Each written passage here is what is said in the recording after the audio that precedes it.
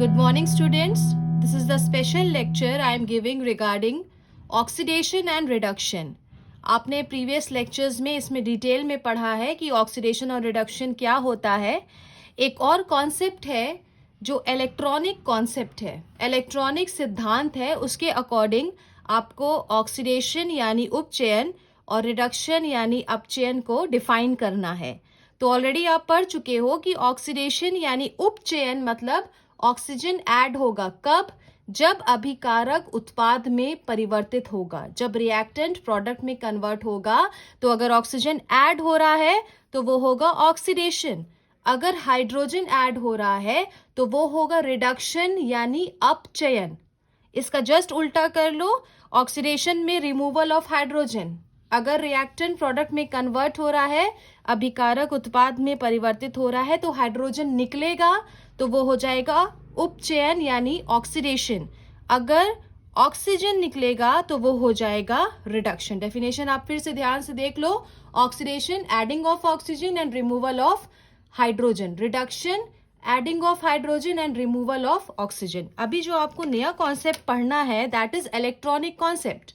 Electronic concept mainly आप ये समझो कि इलेक्ट्रॉन्स पे निर्भर करेगा, ना ही इसमें ऑक्सीजन का वो होगा और ना ही आपको उसमें हाइड्रोजन देखना, आपको उसमें चार्ज देखना, इलेक्ट्रॉन. तो ध्यान से आप देखो यहाँ पे कि आपको पता है कि जो इलेक्ट्रॉन्स होते हैं वो ऋणात्मक होते हैं, उनके ऊपर ऋणात्मक आवेश होता है. ये आप पहले बहुत डिटेल में पढ़े हो. तो ऑक्सीडेशन को समझने के लिए आप देखो उपचयन को लॉस ऑफ वन और मोर इलेक्ट्रॉन्स. एक या एक से ज्यादा इलेक्ट्रॉन्स अगर बाहर निकल रहे हैं, लॉस हो रहा है उनका, तो वो हो जाएगा ऑक्सीडेशन यानी उपचयन. और रिडक्शन इसका जस्ट ऑपोजिट होगा, गेन ऑफ वन और मोर इलेक्ट्रॉन्स. ऑक्सीडेशन में क्या हो रहा है, इलेक्ट्रॉन्स बाहर निकलेंगे. यहाँ पे ऑक्सीजन और हाइड्रोजन की बात नहीं हो रही है, यहाँ पे आप इलेक्ट्रॉन्स देखोगे. तो जब इलेक्ट्रॉन्स एक या एक से ज्यादा इलेक्ट्रॉन बाहर निकल रहा है, इलेक्ट्रॉन्स का लॉस हो रहा है, that will be called as oxidation. अगर इलेक्ट्रॉन्स गेन हो रहा है, एक या एक से ज्यादा इलेक्ट्रॉन गेन हो रहा है, तो वो हो जाएगा रिडक्शन. अब इसको आप ध्यान से देखो, ये लॉस और गेन का क्या मतलब है. सपोज करो कोई भी एक एलिमेंट है, ठीक है, और उसने एक इलेक्ट्रॉन निकाल दिया.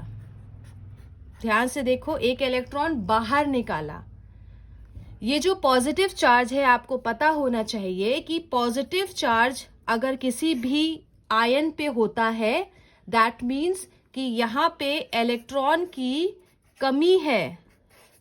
पॉजिटिव चार्ज मतलब इलेक्ट्रॉन की कमी है, और नेगेटिव चार्ज मतलब यहाँ पे इलेक्ट्रॉन की अधिकता है. इसको बहुत अच्छे से अपने माइंड में आप लोग बैठा लो कि जहाँ पे आयंस में अगर आप देखो कि पॉजिटिव लगा है, दैट मीन्स वहाँ पे इलेक्ट्रॉन की कमी है, और जहाँ पे नेगेटिव है वहाँ पे इलेक्ट्रॉन की अधिकता है. अब यहाँ पे ध्यान से देखो, एक कोई एलिमेंट है, उसने एक इलेक्ट्रॉन लॉस किया है, त्यागा है. अगर कोई भी चीज इलेक्ट्रॉन आप दिखाओगे त्याग रहा है, तो उसको आप हमेशा एरो के बाद लिखोगे. इसको हमेशा याद रखना, लॉस हो रहा है, बाहर निकल रहा है, तो उसको आप हमेशा एरो के बाद लिखोगे. इसमें एक इलेक्ट्रॉन बाहर निकल रहा है, यानी ये प्रोसेस क्या हो गया, ऑक्सीडेशन. ये प्रोसेस हो गया उपचयन, अगर लॉस ऑफ इलेक्ट्रॉन हो रहा है. अब इसका जस्ट आप अगर ऑपोजिट कर दो, सपोज करो ए के ऊपर पॉजिटिव चार्ज है. पॉजिटिव चार्ज मतलब इसमें इसके बाहरी कोश से, इसके बाह्यतम इलेक्ट्रॉन एक निकल चुका है, वैलेंस शेल से एक इलेक्ट्रॉन निकल चुका है, और इसने एक इलेक्ट्रॉन को ले लिया, ऐड कर लिया. तो ये क्या हुआ, ए न्यूट्रल, उदासीन में परिवर्तित हो गया. ये यहाँ पे क्या था, कैटायन था. उसने एक इलेक्ट्रॉन को एक्सेप्ट कर लिया, ले लिया, ऐड कर लिया, और ये किसमें कन्वर्ट हो गया, एक उदासीन परमाणु या एटम में. तो इस कॉन्सेप्ट को ध्यान दो. अगर जब भी लॉस ऑफ इलेक्ट्रॉन की बात आएगी तो इलेक्ट्रॉन हमेशा बाहर निकलेगा, त्यागना, इलेक्ट्रॉन को त्यागना. तो आप उसको हमेशा एरो के बाद लिखोगे. अगर एक चार्ज है पॉजिटिव चार्ज, यानी एक इलेक्ट्रॉन बाहर निकलेगा.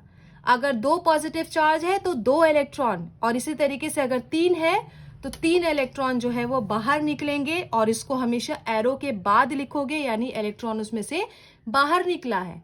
और नेगेटिव वाला मतलब इलेक्ट्रॉन की अधिकता है। जहां पे भी आयन में आप नेगेटिव देखो तो यानी उसके पास इलेक्ट्रॉन्स की अधिकता है, इलेक्ट्रॉन एक्सेस में है।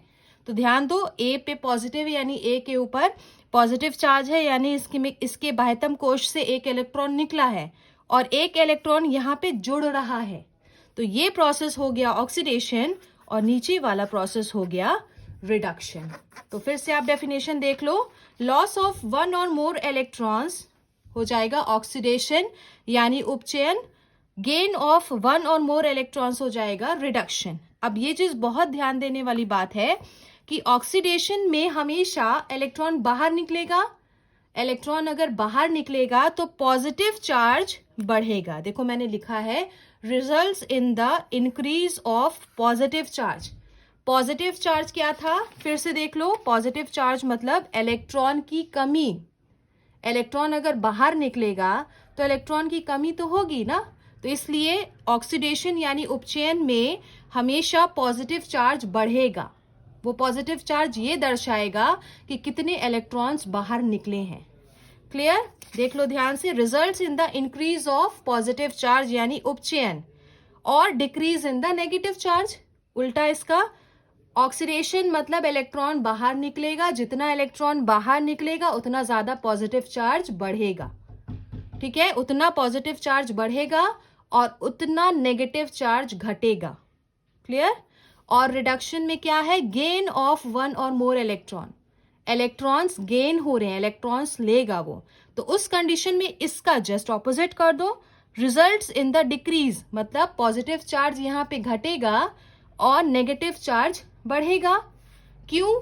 क्योंकि अगर आयन पे पॉजिटिव चार्ज है तो उसमें इलेक्ट्रॉन की कमी है, अगर आयन पे नेगेटिव चार्ज है तो इलेक्ट्रॉन की अधिकता है।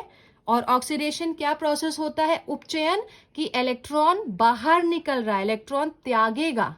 तो अगर जितना इलेक्ट्रॉन त्यागेगा, अगर वो एक इलेक्ट्रॉन त्याग रहा है तो एक पॉजिटिव चार्ज होगा, अगर 2 इलेक्ट्रॉन त्याग रहा है तो 2 पॉजिटिव होगा, अगर 3 त्याग रहा है तो 3 पॉजिटिव होगा। तो जहां भी इलेक्ट्रॉन की कमी होगी वहां पे क्या होगा, ऑक्सीडेशन प्रोसेस होगा।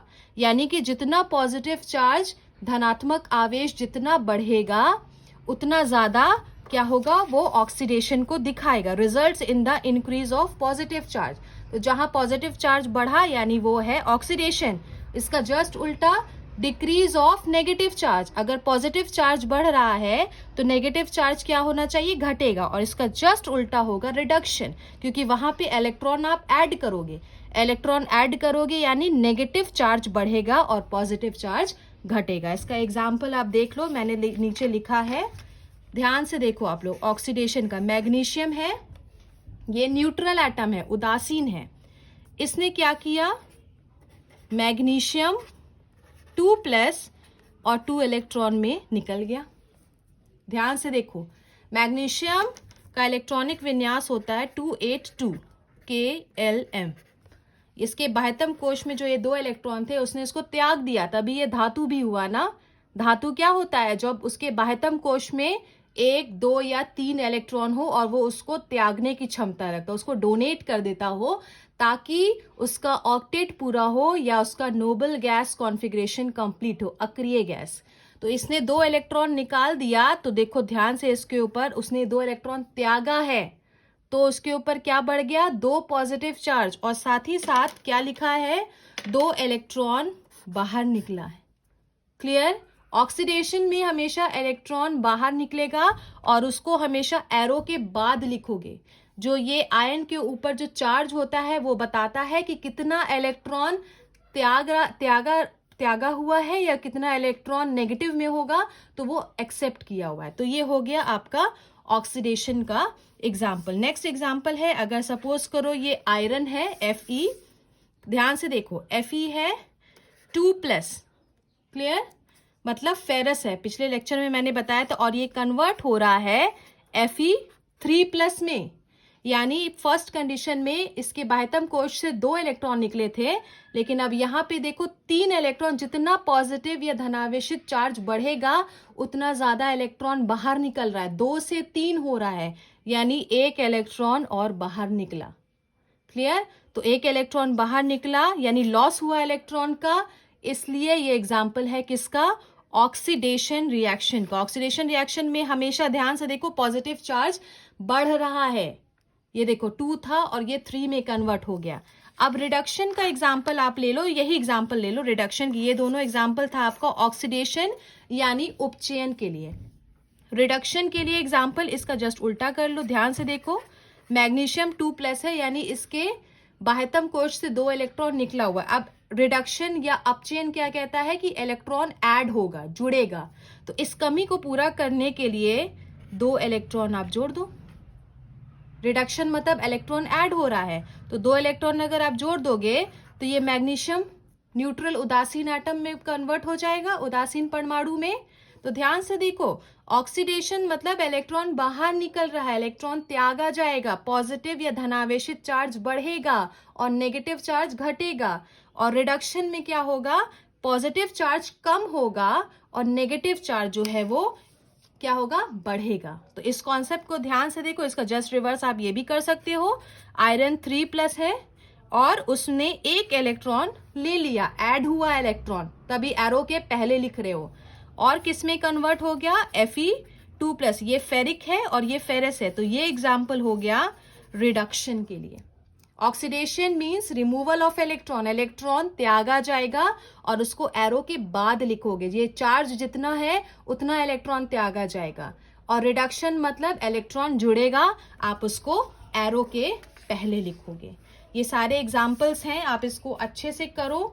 1-2 एग्जाम्पल्स मैं आपको और बता रही हूँ कि आपको पहचानना पड़ेगा कि कौन सा ऑक्सीडेशन रिएक्शन है और कौन सा रिडक्शन रिएक्शन, तो आप कैसे करोगे। सपोज करो ये एक रिएक्शन है, copper gives Cu2+ plus 2 electron, ठीक है। और एक और एग्जाम्पल ले लो, S पे -2 है और ये कन्वर्ट हो रहा है S पे 2 इलेक्ट्रॉन। अब देखो ध्यान से इसको एनालाइज करो, कॉपर कन्वर्ट हो रहा है Cu2+ में और 2 इलेक्ट्रॉन बाहर निकल रहा है। 2+ जो ये चार्ज है यानी कि बता रहा है कि इलेक्ट्रॉन बाहर निकला, लॉस ऑफ इलेक्ट्रॉन हो रहा है यहाँ पे, तभी इलेक्ट्रॉन यहाँ पे इधर लिखा गया। Loss of electron means this is the process of oxidation. Oxidation मतलब उपचयन, ऑक्सीडेशन मतलब उपचयन। जब भी एरो के बाद इलेक्ट्रॉन लिखा होगा, एक ये की पॉइंट बता रहे, याद करने का तरीका नहीं समझ में आए तो ऐसे समझो, एरो के अगर बाद इलेक्ट्रॉन लिखा होगा तो वो हमेशा होगा ऑक्सीडेशन, मतलब इलेक्ट्रॉन उसमें से निकला है बाहर, त्यागा हुआ है, इलेक्ट्रॉन लॉस हुआ है। अब यहाँ पे ध्यान से देखो 2- है और ये किस में कन्वर्ट हो गया? S और 2 इलेक्ट्रॉन में, यानी 2 इलेक्ट्रॉन इसमें से बाहर निकला है। तो जो बाहर निकलेगा जिस रिएक्शन में वो हो जाएगा oxidation, because oxidation is the removal of electron. अब 1-2 एग्जाम्पल और देख लो आप लोग। Zn2+ plus 2 electron gives Zn, clear. और एक और एग्जाम्पल ले लो, MnO4- plus electron gives MnO2 पे 2-। अब ध्यान से इस रिएक्शन को आप लोग देखो, जिंक 2+ था यानी इसके बाह्यतम कोश से 2 इलेक्ट्रॉन निकल चुके थे आउटरमोस्ट शेल से, इसने 2 इलेक्ट्रॉन एक्सेप्ट कर लिया, ऐड हुआ है, 2 इलेक्ट्रॉन एक्सेप्ट हुआ है और ये किस में कन्वर्ट हो गया? जिंक के न्यूट्रल एटम में। यहाँ पे इलेक्ट्रॉन ऐड हो रहा है, इलेक्ट्रॉन को आप एरो के पहले लिख रहे हो, तो ये प्रोसेस हो गया रिडक्शन यानी अपचयन। अपचयन में हमेशा नेगेटिव चार्ज बढ़ेगा और पॉजिटिव चार्ज घटेगा। अब यहाँ पे देखो नेगेटिव है ये, ठीक है, और 1 इलेक्ट्रॉन एक्सेप्ट किया, 1 इलेक्ट्रॉन ले रहा है तो नेगेटिव चार्ज बढ़ेगा, तो इसके ऊपर MnO2 पे 2-, नेगेटिव चार्ज बढ़ रहा है, that means it is the example of reduction. Negative charge घटेगा तो एग्जाम्पल होगा किसका? ऑक्सीडेशन। इसको आप ऐसे समझो, MnO4 2- है, ये कन्वर्ट हो रहा है MnO4 नेगेटिव प्लस इलेक्ट्रॉन। देखो नेगेटिव चार्ज यहाँ पे क्या हो रहा है? इधर रिएक्टेंट साइड पे, अभिकारक साइड पे 2- था, लेकिन जब वो प्रोडक्ट में कन्वर्ट हुआ तो नेगेटिव चार्ज कम हो गया -1 और यहाँ पे इलेक्ट्रॉन निकला। यानी कि ऑक्सीडेशन में हमेशा पॉजिटिव चार्ज बढ़ेगा लेकिन नेगेटिव चार्ज घटेगा, और रिडक्शन में हमेशा नेगेटिव चार्ज बढ़ेगा और पॉजिटिव चार्ज घटेगा। सो ये बहुत सारे एग्जाम्पल्स थे, इसको और आप क्लियर करना। और नेक्स्ट लेक्चर में मैं आपको एसिड बेस स्टार्ट कराऊंगी। जो टॉपिक्स है एसिड बेस क्या होता है इंट्रोडक्शन दूंगी, और फिर से आप बच्चों इसको आप देख लो। Oxidation reduction electronic concept means oxidation यानी उपचयन में हमेशा इलेक्ट्रॉन लॉस होगा और रिडक्शन में यानी अपचयन में हमेशा इलेक्ट्रॉन गेन होगा। Thank you so much students.